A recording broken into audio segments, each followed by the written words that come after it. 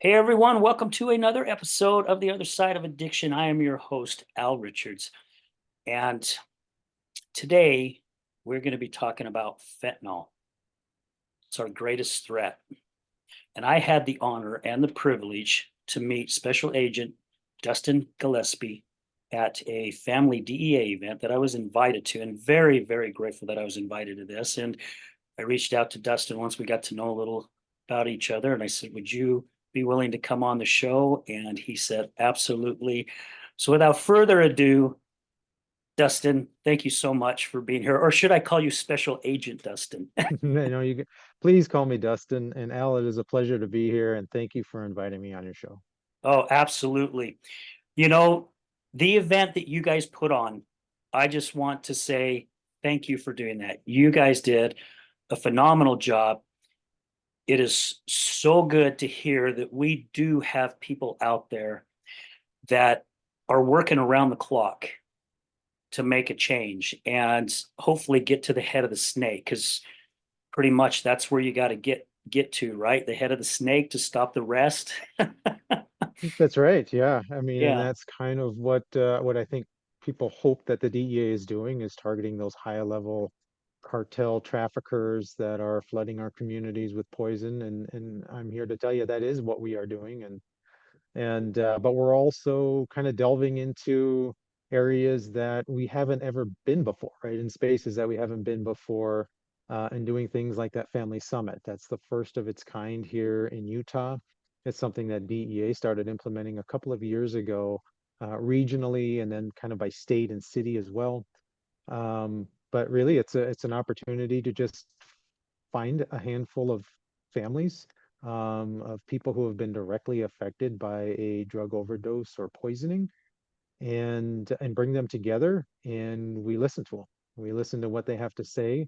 We listen to the struggles and the challenges that they had engaging with law enforcement. Some of them, they received some level of justice through an investigation, through the court system, but there are many who did not, and many who navigated through that court system but still don't have a good feeling about the end result. And so having these family summits, I think, is a great opportunity for us to learn from the people that are directly impacted, at the at the ground level, and also share a little bit about what the DEA does as well. So, and I think what we've learned is tremendous, but what we've learned is that we can be partners, and that we, as in the DEA, we have much to learn still about addiction, about substance use disorders, and about the families that are affected by them.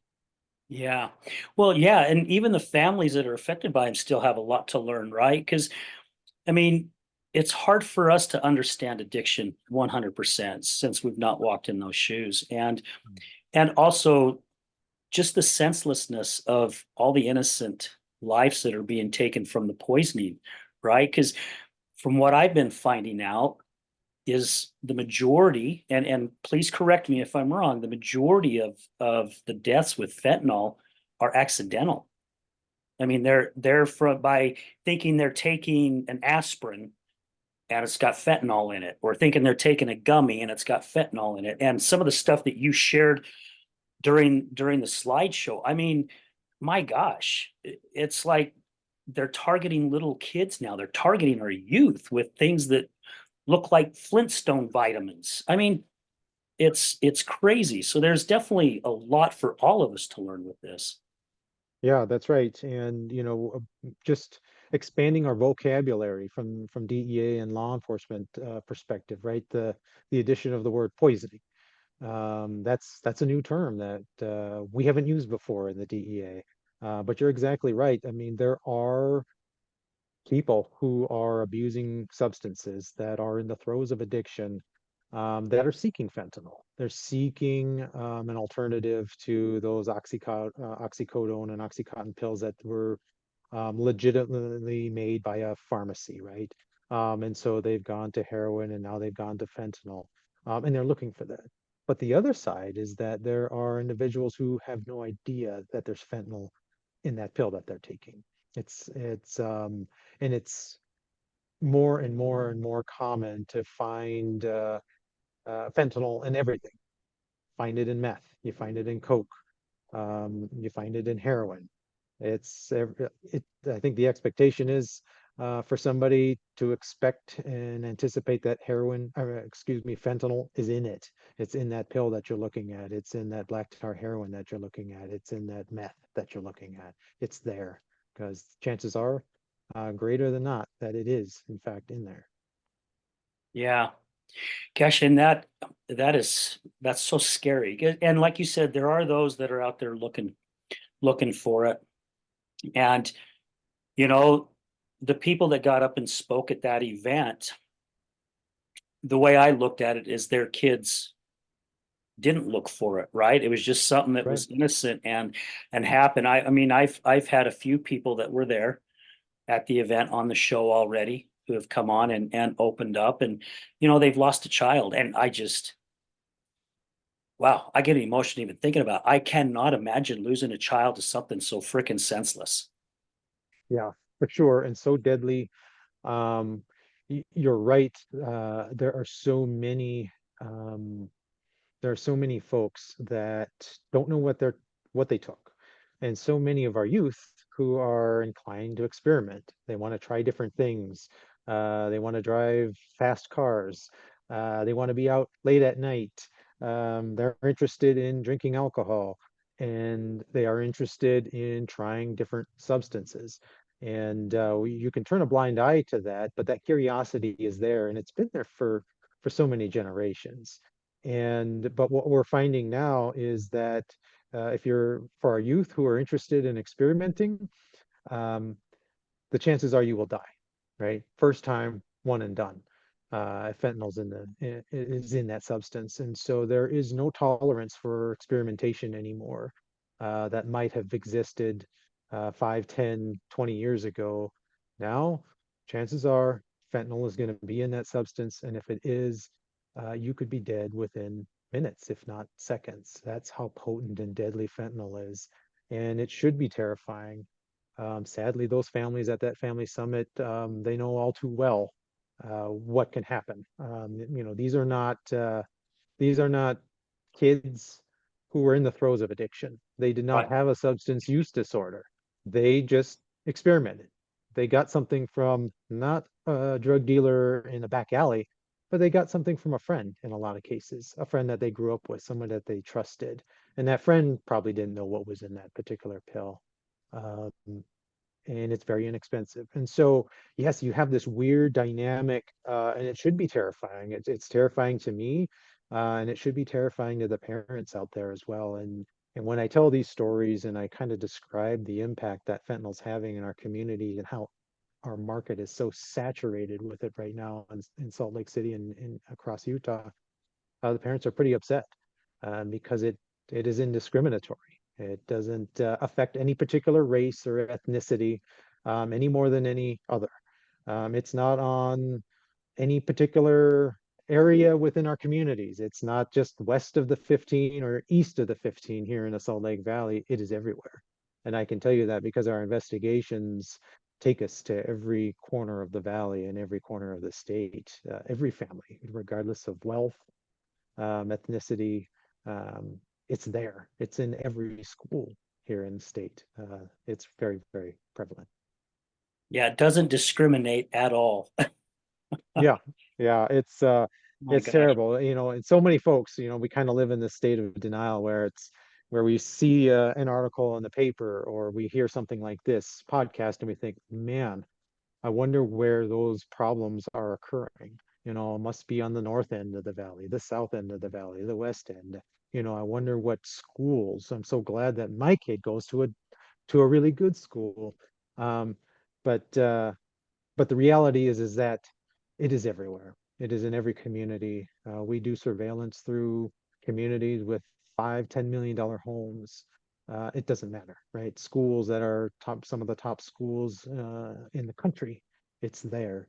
So nobody is safe from it. And I think the best thing to do is to just educate and raise awareness and to encourage the parents to have these conversations with their kids. And first, I think the parents need to get educated and know exactly what it is that we're facing as a community right now. Yeah. And I love that you said that, Dustin, about educating the parents, right? Because I mean, really, that is where it needs to start. And it's sad. I don't know what the percentage is. However, it's sad that a lot of these kids' parents are suffering from addiction, right? I don't know how many people that I have spoken to since I've actually been in this recovery community for almost 3 years now, of how many kids grew up with their parents battling some type of an addiction from either alcohol or some kind of substance, That's right? right. Yeah. Yeah, for sure. And I think you know, and I'm cautious in the way that I talk about that because, I think that falls into it's easy to fall into that stigma where, oh, well, there was some moral failing, right, from parents who were abusers, they were junkies themselves, and there was a moral failing in that family that caused those kids to then in turn have a substance use disorder or turn and deal with addiction. Um, and certainly there are, right? Those things, it's probably easier to fall into that pattern of life. But I think the reality is that for many, many, many, there is no moral failing, right? That these kids come from great families. They have great parents, well educated, doctors, PhDs. They're cops. They're drug cops. Their parents are, and yet still we are also vulnerable to fentanyl and drugs just in general.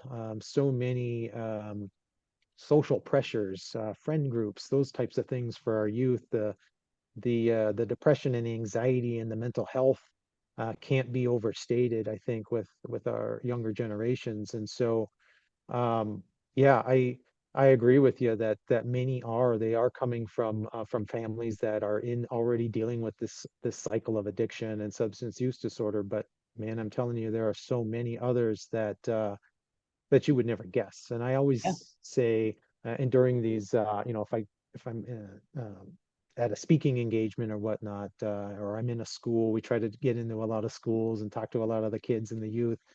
um, but I always say you are never more than an arm's reach away. Look around you. You are never more than an arm's reach away from somebody that is struggling with a substance use disorder in some way, shape, or form, right? Somebody who has a family member, a relative, a close friend, or maybe it's you. But that's how prevalent it is. And I think we need to kind of reduce that stigma and work towards that goal of sort of shedding light on this issue and talking about it, and instead of hiding in and covering it up in the shadows. Yeah, I agree with that 100%. That's one of our missions on the other side of addiction is to get rid of that stigma. And Mm. I've actually been working on a TED Talks for a while. I want to do a TED Talks on addiction or on stigma, Yeah, right? And you are 100% right on how the outside world is looking at it, and you're also right that they are just an arm length away. And I right. was shocked. My ex-wife and I went to a neighborhood protest a couple of years ago here in West Jordan, where we both grew up, and they were protesting a sober living home that was coming in. It was going to be a woman's sober living, Mm. and I tell you what, if remember watching the old Frankenstein movie, and figured out Frankenstein was a monster, and they're coming out there with the pitchforks and the torches and the axe, and they're gonna get their hands on this monster. Right. That's what it was like. Yeah. And I was just in awe and shock that us as human beings looked at other human beings the way that they looked at them. Yeah. And I've had people on my show who came from very good parents, like you said, very religious homes, some not, that fell under the spell of addiction. Yeah. And that stigma is so widespread, and I'm just as guilty. I used to go downtown and say under my breath, look at the drug addicts and alcoholics and the unsheltered and go, man, why don't you do something with your life? bleep together, you know? I mean, come on, guys. And then of course, then my wife falls into addiction. And then I start doing this show and I start learning a little bit more and I start understanding a little bit more.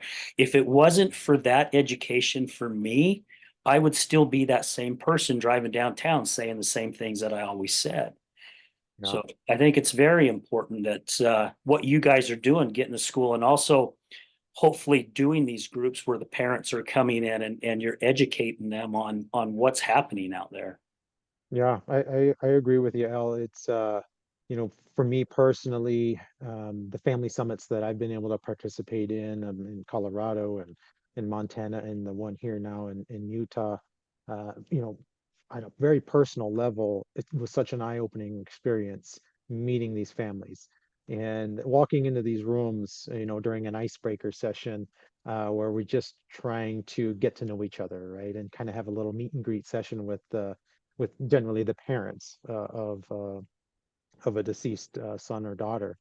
And I walked into that room, I remember, and thinking, these are normal people. I'm looking at myself in the mirror when I talk to these people, you know, and it kind of made me think, what did I actually expect? You know, who did I think these people were? And for me, that was monumental.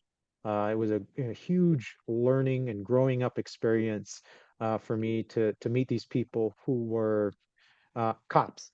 Some of them were cops who did a whole 25-year career in law enforcement, and yet they lost their doing narcotics, no less, and they lost their kid to a poisoning, right? Something that they didn't expect in a pill. Um, the mothers were CFOs of large corporations, uh, very, very well educated, PhDs. These are all people who are 1,000 times smarter than me. Um, and and they have big families. You know, they have one child who died as a drug because of a drug poisoning, but they've got four other kids. Two of them are plastic surgeons. The third one is a counselor or therapist. And so you realize these are normal people. And it, you know, it helps to reduce that own stigma that you might have, that you don't even realize that you have this bias, that I've carried around for a long time. And it really humanizes the issue, I think. And I think that's what we need to do is humanize the issue that we're all facing here in our communities. Because if we can't talk about it, then we have zero chance of actually coming together with a solution, right? I think the first thing is to reduce that stigma so that we can start to have a conversation, um, and figure out what things we have in common. So then we can start walking together, right, towards a solution. Yeah. Here's a question for you. I'm a I don't know if I want to use the word believer. Well, I guess it is believer that society has has tricked us into believing that, right? They they've got us believing that it's not okay to feel pain. If it's not talked about, it doesn't happen, right? Mhm. It's you're a bad person or a bad parent if your kid does overdose and it's your fault, not the individual's fault. I think we all need to start using our voice a lot more because it is okay for us to feel pain. It is okay for us to feel depressed. And I feel that we have been pushed for umpteen years now that if you're feeling other than happy, you need to be put on some type of medication to make you feel better so you don't feel these things. So in the way I'm seeing it is society has pushed us towards wanting to take something that messes with our head even more instead of us dealing with what's going on, go through these emotions. That's the reason why God gave them to us, and then move on, right? Do our best not to stay stuck there or get the help of somebody that can come and educate us and going, okay, why do you feel this way? Oh, okay, well, it could be because of this, right? And it's okay. You want to cry for a while? Cry for a week. That's okay. However, after that week, get on with your life, right? Yeah. But I mean, you see it on TV all the time. Do you feel this? Well, guess what? Here's this new drug. Take this, it'll make you feel better. And I really do believe, again, society is getting us, the outside world, the 3D world is getting us to where we cannot feel the feelings that we have. We have to mask it with something. To me, that's escalating everything because they can put this fentanyl in damn near anything. A cold medication, something that helps us to where we're not so depressed, or I mean, we're poisoning ourselves because we don't want to feel.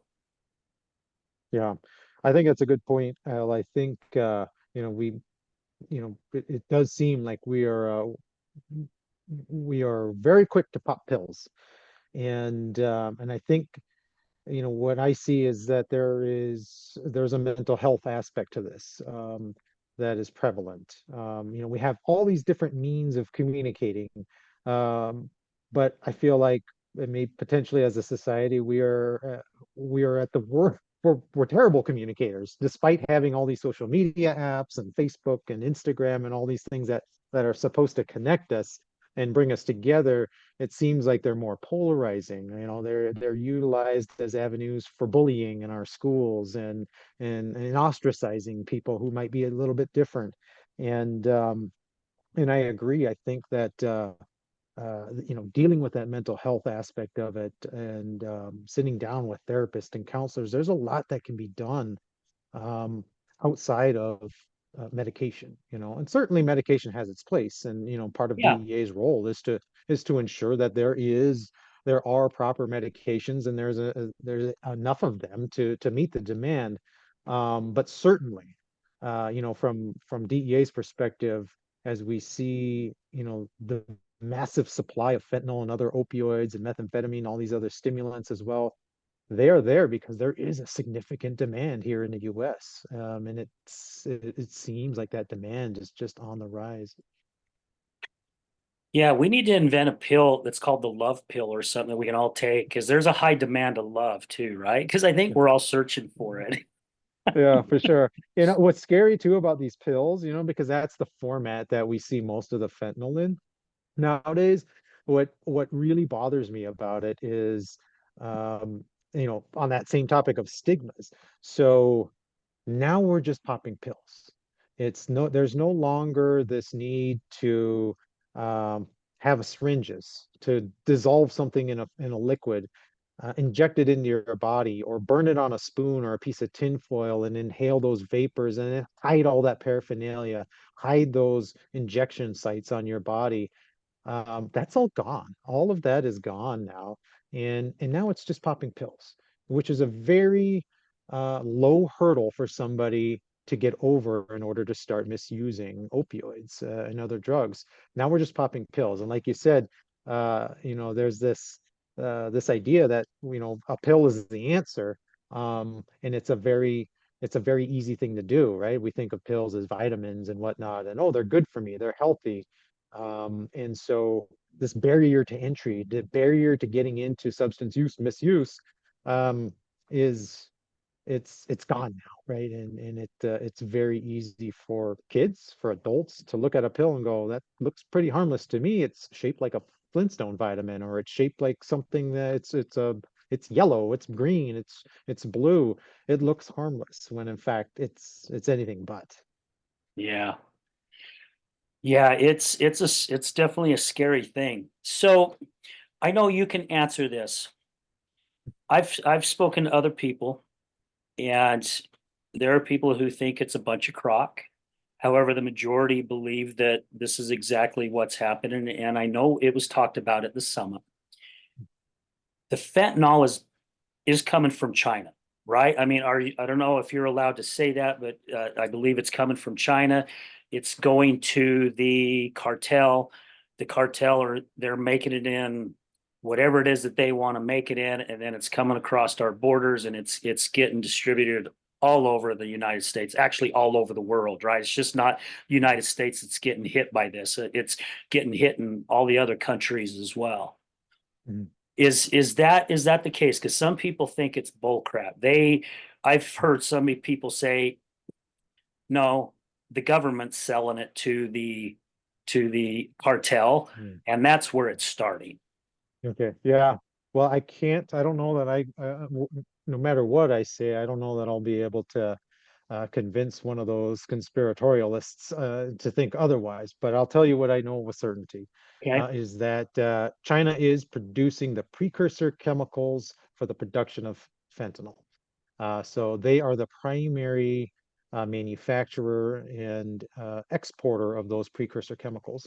Many of those precursor chemicals are legitimate, right? Some of those same precursor chemicals, they're utilized in some of our pharmaceutical grade drugs that we ingest, as a society here in the U.S. So they have a legitimate purpose. Um, but some of those same chemicals, a lot of them are being shipped directly to Mexico on container ships, air cargo, and then they get into those various ports of entry in Mexico where they're retrieved by the Sinaloa Cartel, and to a lesser extent, the Cartel Jalisco New Generation. Those cartels take possession of all those precursor chemicals and they bring them to their fentanyl synthesizing labs. They have a large network of those small labs. They're very small. You can fit those in a corner of a garage, in a spare bedroom, an extra bedroom, living room, kitchen counter. You can set these things up right in your back patio. And the cartels do this on purpose. They don't want a huge centralized synthesizing plant. They want them very decentralized so that when law enforcement finds one and dismantles it, it doesn't have a huge impact on their overall operation. So they wanted a very decentralized process. And it's not a complicated manufacturing process to create fentanyl from those precursor chemicals. And so they create the fentanyl, and then they'll take an extra step with the majority of it and press it into pills. They'll take an excipient powder of various colors. Generally, they're blue, right? That's kind of the most common color that you'll see these pills to be. But it can be any color, and it's mixed in with a binding agent to hold it into pill form, and it's pressed in a machine that can produce anywhere from 500 pills per hour to 30,000 pills per hour. And they're consolidated, wrapped up in small packages, and loaded up into vehicles generally, and sent up to the United States. My gosh. And I looked on Amazon. You can buy a pill pressing machine on Amazon. Yeah, yeah. You can go on. You can do a search for um, there are alternatives. There are other things besides fentanyl. Fentanyl is the big thing right now, but there are other additives that you can go on and search for, like xylazine, for example. And there are websites from China that sell it directly to you, and you can buy xylazine, for example, which is a non-opiate sedative. We're starting to see more and more of it mixed in with fentanyl and heroin here in the United States for $5, $10 a kilogram, right? That's a couple of pounds of it for only $5 or $10. And so it's so cheap that the cartels and drug dealers see it, and well, I'll just add that in, right? I'll just get a little bit less of fentanyl and I'll get this really cheap substance that makes it even more potent. And I'll sell that on the streets, and it'll be even more profits for me. So yeah, it's all about profits. It's all about lining their pockets with cash for the cartels, right? They're the ones to blame for all of this. Wow. All right. Well, listeners, you heard it. You heard it here first where it's starting. Now, one thing that I remember really, really well when the slides was going, some of these labs are, I mean, we're not talking clean, sterile type labs, right? I mean, guys, I want you guys to close your eyes and picture this. My great grandma had a farm, cows, sheep. Picture putting a lab out where the sheep and the cows live, where they do their business, where they eat. I mean, that's almost what it's like where some of these labs are being put up. So you're talking, who knows what's flying in their little batches or just putting their little stir sticks down on the ground and urine or whatever and putting it back in and stirring it up. I mean, seriously, right?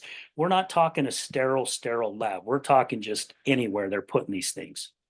Yeah, I think you're exactly right, Al. That's a really good point because when we refer to them as laboratories, I think the image that most people conjure is like a computer chip manufacturing plant where we can't have any dust or anything like that. Everything is very controlled and quality controlled. That's certainly not the case. I mean, these labs, quote unquote, they're like a sixth grade science experiment gone wrong, right? It's exactly like you said. Imagine a dirt field behind an old ranching property. You take a used trough that you use to feed livestock, and you set that over a propane burner, and you start cooking black tar heroin, and then you take a Ziploc bag of white powder, which is our fentanyl, and you just start dumping it, and some of it's blowing into the wind and blowing into your face as you're dumping it in there, and you take an old branding iron that's laying there in the dirt and you use that to stir it up and you kind of eyeball it and you go, maybe I should add a little bit more. And you take another Ziploc bag of fentanyl powder and you stir that up. And then that becomes a substance that comes up to the US and that our people, our youth ingest. And so, when it comes to quality controls, there are none. And where we see that a lot is in the pills. So when they create the fentanyl itself, then they start pressing it into pills.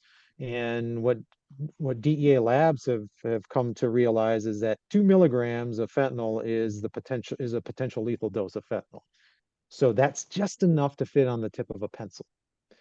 And so what does that mean when they're pressing these pills? They take this big mixing bowl, just like you would use to make brownies at home. They've got this, and they're starting to take the substance and press it into pills. Well, some pills might not have any fentanyl in it. And then some pills might have 10 milligrams, which is 5 times a potential lethal dose. And so you've got this variation in the pills. And so somebody who experiments with by ingesting one of these pills may not, they may luck out and they may get a pill that has no fentanyl in it. And then they might get another one. But that third one will kill them. And it'll, like I said, it'll kill them within seconds. And so it's just a variation, right? And it's terrifying because it will get you eventually. And in fact, when we look at our seizures, our drug seizures, our fentanyl seizures that we have here, 70% of all the pills that are tested by DEA labs contain 2 or more milligrams of fentanyl. So 70% of the pills out there contain a potential lethal dose of fentanyl. So those aren't very good odds. If you play the odds in Vegas, the house wins 70% of the time. You're probably going to stay away from that table. Yeah. I just had Dan, and Dan told me to tell you hello, by the way. No, He very he good. was just on the show, and gosh, I hope I remember this right.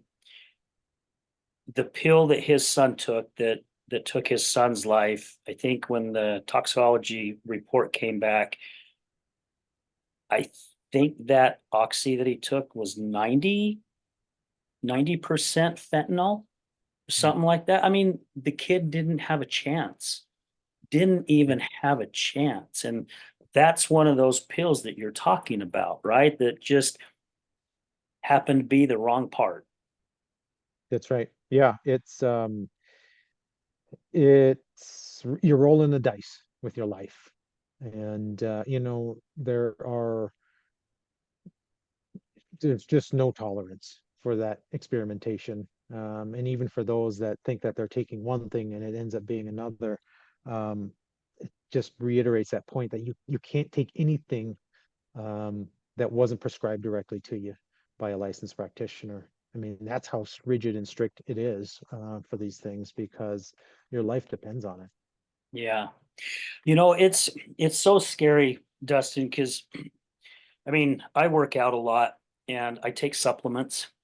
And I do my best to really investigate the supplements before I purchase them if I'm purchasing from a different type of manufacturer that I normally do. And I have found out really the majority of the ones that I buy online are a lot better and have been better than anything I can go to Walmart or GNC and purchase, right? And also at Mm. at a better cost. And sometimes when I order from someone new, even though I've investigated the company and checked them all out, I still wonder every time I pop the safety cap off, and I get ready to take one, I'm like, man, I sure the hell hope this Yeah. is legit shit, right? I think Because that's a healthy paranoia to have, it right? is I mean, because that's of the world today. yeah, and it's because of things that you guys shared also at that summit, right? Because it can happen. I mean, seriously, it can happen. And it's scary because someone that's so innocent, and I'm not saying I'm innocent type of person, but I'm just wanting to buy some supplements. Yeah. I could still be Yeah. poisoned from it. Yeah, sure. But and I kind of want to temper that too, because it reminds me of a conversation that I had just over a year ago. So 2 Halloweens ago, back in early October of 2021, I guess it would have been. Um, Rainbow fentanyl was hitting the streets of Salt Lake City for the first time. And in fact, our my office here ended up seizing that the first rainbow fentanyl pills. And what I mean by rainbow fentanyl is just it's these fake pills containing fentanyl, but they're rainbow colored. So they're Yeah, green and purple and red, and they look very much like Skittles. And so that's kind of one of the street terms for them are Skittles. And the fear was as we were rolling into Halloween was are our kids going to be receiving these things when they're trick or treating, and are they going to die, right? Are our streets going to be littered with kids that are being poisoned by fentanyl when they're out just having a good time trick or treating? And there was no real data. There was no data, in fact, to support any of that.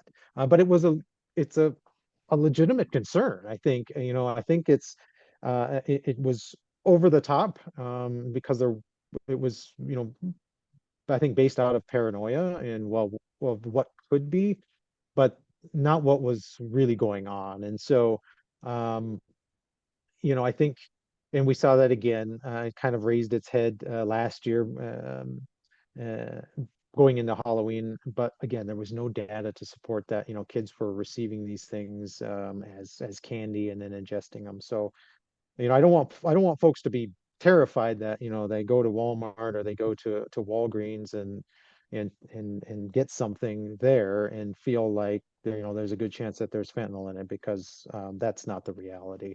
uh, the reality is if you are ingesting something from a licensed practitioner, you're going to be okay.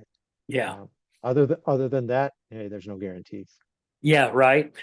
Yeah, Yeah. and the reason why I wanted to investigate because I've been up at the Capitol before at certain events that they've held up there, and I heard oh my gosh, I think it was some husband or somebody got up there. No, it was some friends got up there and talked about that their friend had ran out of Xanax and the doctor wouldn't fill it and wouldn't fill it for another week or something like that. And he was needing a Xanax so bad he went online, found one, had it within a couple days, one pill, lost his life. He had Yep. fentanyl. He was Yep. poisoned. So I think it's really important that our listeners, if you do buy things online, really investigate the company, make sure they're a legit company, right? Because just to be Yeah. safe, just because it advertises on there and says, hey, this will take care of it and we can sell you this cheaper the cost doesn't Mm. necessarily mean that's what you're getting. There's so many drug dealers that are out there running what appears to be legitimate sites, pharmaceutical grade, sites that are selling pharmaceutical grade drugs. And it's easy to be fooled by these because they will describe them as pharmaceutical grade. These are the real thing, not the fake pills containing fentanyl. But it's anything but, right? That's exactly what it is. It's all illegitimate. And we target those types of illegitimate pharmacies because they're not pharmacies, they're just drug dealers running a website. And yeah, we do that. That's some of the things that DEA does. They operate domestically, they operate internationally. They might be running out of the Netherlands, but when you look at their website, you might not realize, you would never guess. It looks like something that's, based here local. And so it's scary. Yeah, it's easy to be fooled. Same thing with the kind of the social media apps you where folks are advertising and marketing their illicit products and whatnot, not just to adults but to kids. It and many times it looks legitimate, but it's not. I can promise you it's not. Yeah. Man, who would have ever thought that the day would come where drug dealers can do business online? I mean, I know. seriously, Yeah. who would have Yeah, ever pitched that? Because it's back, terrifying, right? back in my days, I mean, I didn't even start smoking pot till like 2 weeks before I graduated from high school, and I remember how nervous I was the first time I bought my first bag. And then I start working construction and of course, construction, that's all we did, right? I mean, and you just call your buddy up and you'd either go over their house or they brought it to work or I mean, it's not like that anymore. It's you can get it almost anywhere and everywhere. That's right. Yeah, it's not, these drug deals aren't they're not that typical made for TV transaction that's, like I said before, I think in a dark alley where it's scary and it's done at night when there's you under the cloak of darkness, and you're meeting somebody who is a felon, a long time hardened felon criminal, and you're going out there with a wad of cash and you're going to make an exchange, and hopefully the cops don't see you. That's not the reality anymore. Those days are gone a long time ago. In fact, so much is done on the dark web, like we were just kind of talking about with some of these fake pharmacies and through these websites. But now the emergence is social media apps. That's how these transactions are occurring. That's how our kids, our youth, many adults are engaging with these drug dealers, is through Snapchat, through Signal, TikTok, Instagram. They and it happens without any face-to-face contact, right? So you could be watching Sunday night football in your living room while your son or daughter is sitting next to you, but guess what? They're engaging with a dealer, 3 feet away from you, and you have no idea, or you think they're doing homework in their bedroom, but they're snapping with somebody who wants to sell them pills, or not just sell it to them, but to give them some free pills, to front them some pills in order to get them hooked. And so they're willing to do that. It's very common, and those things are encrypted end to end. Even law enforcement can't get into that. They have a really hard time investigating those types of transactions, and then they pay for them with applications like Cash App or Zelle or Venmo, and then those pills just get dropped off at your front of your door, or they get thrown into your mailbox or somewhere that you agree to, that's easy. And you never meet this person. You never have to put yourself out there. You feel safe. It feels like a very secure transaction. Um, so that's what's going on now, and it's hard to investigate from a law enforcement perspective. And the cartels, the distributors here, and again, this is not like a national thing. It is a national thing, but it's a local thing too. This is Yeah. how they're doing it here in Salt Lake City. This is how they're doing it across Utah. You guys got your hands full. I mean, I tell you what, seriously, I can't even imagine all the stuff that you guys are trying to do. And I'm sure and it changes quite often, right? I mean, it's probably changes as quick as our cell phones change. I Yeah. mean, it's crazy. And I mean, you guys really have a tough battle ahead of you. And I know you're making some leeway and some things take time, right? Sometimes you got to travel down a path a little bit to start seeing the whole vision of things. But yeah, man, I tip my hat off to you guys. Well, I appreciate that, Al. It never ends, right? And it's hard to be encouraged sometimes when the opioid crisis only gets worse, right? And it's gotten exponentially worse from year to year to year. COVID certainly didn't help. But yeah, we keep plugging away. And I think in some ways DEA is proactive in the way that we do our investigations. We try to find these drug dealers, cartel members before those drugs hit the streets. And we're very successful in a lot of ways in that regard. We find a lot of these traffickers, we find these drug shipments, and we interdict them. We seize them before they kill somebody. And and we seize hundreds and hundreds of thousands of pills, millions of pills. And we do it quietly. We don't advertise these types of things. But what I think what we've realized is that, and certainly I have to acknowledge, is that that doesn't fix the problem in and of itself, right? We are just the enforcement side of things, that what DEA does and other drug law enforcement units, what we do, in my opinion, is one piece of the pie.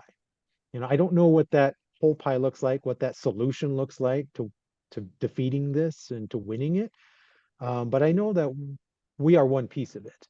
And I think that acknowledging that and then finding those other pieces, the the community outreach organizations, the people that are experts in mental health, the people that are experts in addiction, the people that are experts in drug prevention and awareness and harm reduction, and establishing those relationships and acknowledging that we have to work together in order to really have an impact. I think that's something that DEA maybe hasn't done well in the past, but our eyes are open to it, and that's why we have those family summits.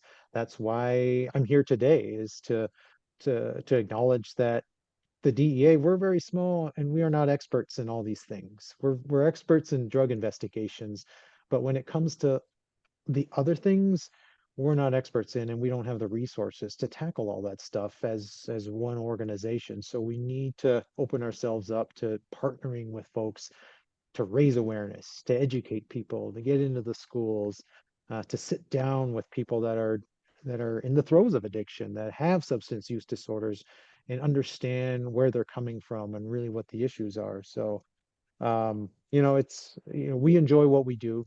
Certainly, I think all of our agents and task force officers here in my offices, that they enjoy it. I think they find meaning in what we do. But it's a challenge. It definitely is a challenge. But I do believe in what we do, and I think we are having an impact. Yeah. Yeah, I have to respect you guys because I'm sure you get it from both ends, right? You get those that don't believe you guys are doing a doggone thing, and then you get those that, you guys are, and again, you can only do so much being the size that you are. And I do hope and pray that a day comes to where the people who are the ones selling these things to individuals, hopefully there comes a day where they can be charged for like murder, because basically that's what they're doing, is murdering people, right? and Yeah, and also talking and going back to the stigma is to let everyone know, there's a lot of good people that are losing their lives senselessly just over something like this. And again, it's going to take change, and it's going to take time, just like it does with everything else, right? It just, stuff doesn't happen overnight. There's a lot to learn. And people who break the law, they're not all of them are stupid. There are some that are pretty doggone smart and always coming up with ways to stay a step ahead or two from law enforcement, right? To where you're sure. constantly. I came from manufacturing, and Procter and Gamble and Johnson and Johnson pretty much control the majority of the market, and we were basically a private label. And I mean, we were constantly chasing them, right? And about the time we were up running production of this new stuff that they came out with, they were already making another change. Well, we were Yeah. always chasing that tail, and that's how I see what you guys are doing. You're constantly chasing that tail because things are changing so quickly. Yeah, that's right. Fentanyl it's the big crisis now, right? It is the big killer. It's our greatest threat. Um, but fast forward 10 years from now, it may change. 5 years from now, it may change. It may be another synthetic opioid, but just not fentanyl. It could be something else. And so, we try to stay on top of those trends. Generally, what happens is when we work very focused, and when I say we, the DEA, we're very targeted in kind of what our greatest threats are. And then when we make headway just enough headway on those particular threats that the cartels are throwing against us, they'll tweak it a little bit, right? They'll come up with a little derivative drug, something slightly different, to bypass whatever control measures there are on exportation and importation and whatnot, to try to continue to feed that demand that we have here in the US. And so it can get frustrating. It can be really frustrating because there are a lot of derivatives to fentanyl out there. And the cartels are laying in wait. As soon as things get a little too hot with fentanyl, they'll switch to something else. I mean, that's just kind of the lay of the land. That's Yeah. how they work. Yep. Well, and they have the funds to do it, right? I mean, they've Oh, got for the sure. money Yeah. to make Yeah. any kind of changes they need to without even blinking an eye, and it doesn't even affect them. Yeah, it's a multi-billion-dollar industry, multi-billion-dollar industry. And so, yeah, when we talk about pill presses, for example, that you can throw into the a back bedroom or a corner of a garage, I mean, $1,500 for one of those, maybe $20,000. But for an organization like a cartel, like Sinaloa Cartel, that's making billions and billions in profits every year, um, they can afford to lose a lot of pill presses. They can afford to lose a lot of drug shipments, and they can still withstand us taking those drug proceeds as well. Those hurt them a little bit more when we seize those money loads as they're going back down into Mexico. But yeah, they're very, very resilient when it comes to that kind of stuff. Wow. Well, Dustin, we've gone, gosh, pretty close to an hour already. Like I say, these things go by so quickly. I really appreciate your time and the information that you've shared. And again, thank you even for doing the family summit. I hope to be involved with another one again. And I've reached out to a few people and said, hey, if you're ever looking for someone who wants to come on and share a story, let me know. I'd be more than happy to do it. Mhm. Even though Yeah, we would love to have mine's a you. little different, but it still kind of works around the addiction thing. But you know, for the last few to finish up the show here, what would you like our listeners to gain from this show? And what would be your main message? I think, we've talked about a lot of things, but I hope that it um, gives our listeners a slightly greater understanding and awareness of the opioid crisis that we're in the midst of, right? It's a national epidemic, but it's a local, state, and community epidemic that we're in the midst of. It's unprecedented. We've never faced anything like this before.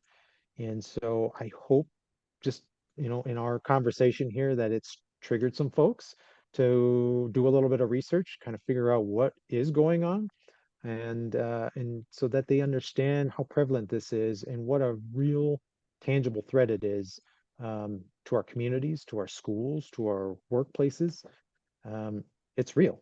And like I said before, I think my main message is that fentanyl does not discriminate. I think I said that before earlier, and it affects all walks of life. Nobody is immune from it.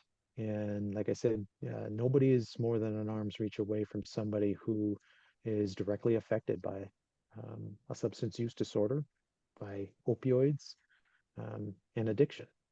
So I think that would be hopefully something that our listeners would remember. I think they would. Yeah. Yeah. Thank you for sharing that.